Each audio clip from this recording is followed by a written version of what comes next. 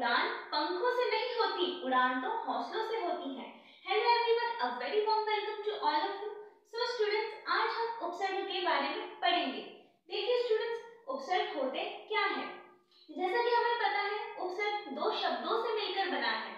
एक है उप और दूसरा है सर्ग। उप का अर्थ होता है निकट या समीप और सर्ग का अर्थ होता है बनाना या सृष्टि करना। देखिए उपसर्ग की परिभाषा, जो शब्दांश शब्द के शुरू में जुड़कर उनके अर्थ में विशेषता या परिवर्तन ला दे, उपसर्ग कहलाते हैं। यानी ये शब्द के स्टार्टिंग में जुड़ते हैं, शुरू में जुड़ते हैं और उनके अर्थ में क्या लाते हैं, परिवर्तन लाते हैं, उपसर्ग कहलाते हैं।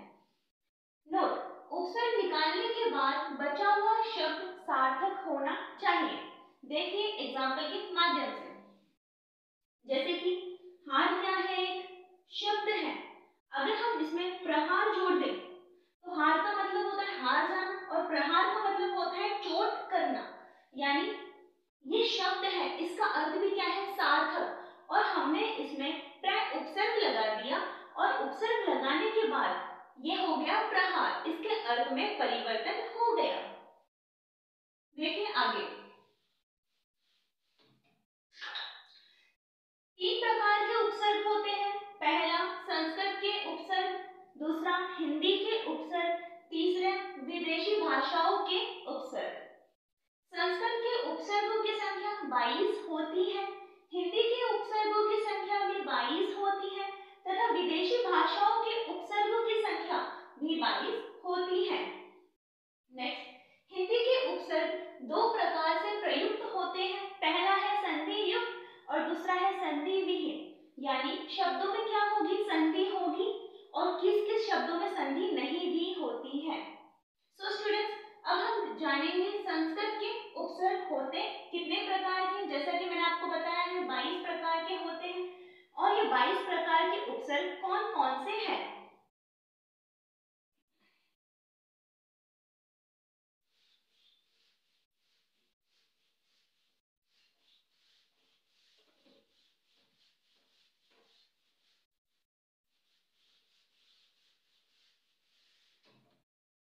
देखिए हम इसे ट्रिक के माध्यम से याद करेंगे और ट्रिक है हमारी पान दसवीं।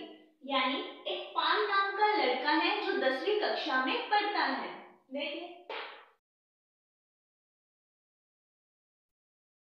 पान 10वीं, इसकी संख्या होती है 4, इसकी संख्या होती है 1, इसकी संख्या होती है 7, इसकी संख्या होती है 3, इसकी संख्या होती है 2, इसकी संख्या होती है 2, इसकी संख्या होती है 2 तथा इसकी संख्या होती है 1। अब काउंट कर लीजिए, ये टोटल मिला के होंगे हमारे पास 22। देखिए इसमें इनकी संख्या होती है 4, इसमें होते हैं प्र, परा, प्रति और परि। इसमें 4 उपसर्गों को लिया जाता है। नेक्स्ट ए, इसमें होते हैं एक उपसर्ग जो है आ उपसर्ग। इसमें होते हैं 7 उपसर्ग। देखिए अनु, अति, अधि, अभि, अपि, अप तथा अब। ये हो गए 7। अब इसमें होते हैं 3, नी, निर, हलन लगा हुआ है देखिए, और निस, इसमें भी क्या होगा, हलन होगा। इसमें होते हैं 2, एक हो गया दुर, हलंत होगा, और एक होगा दुस। अब इसमें होगा यू से उ, उत या उद, और वो हो जाएगा उप उपसर्ग।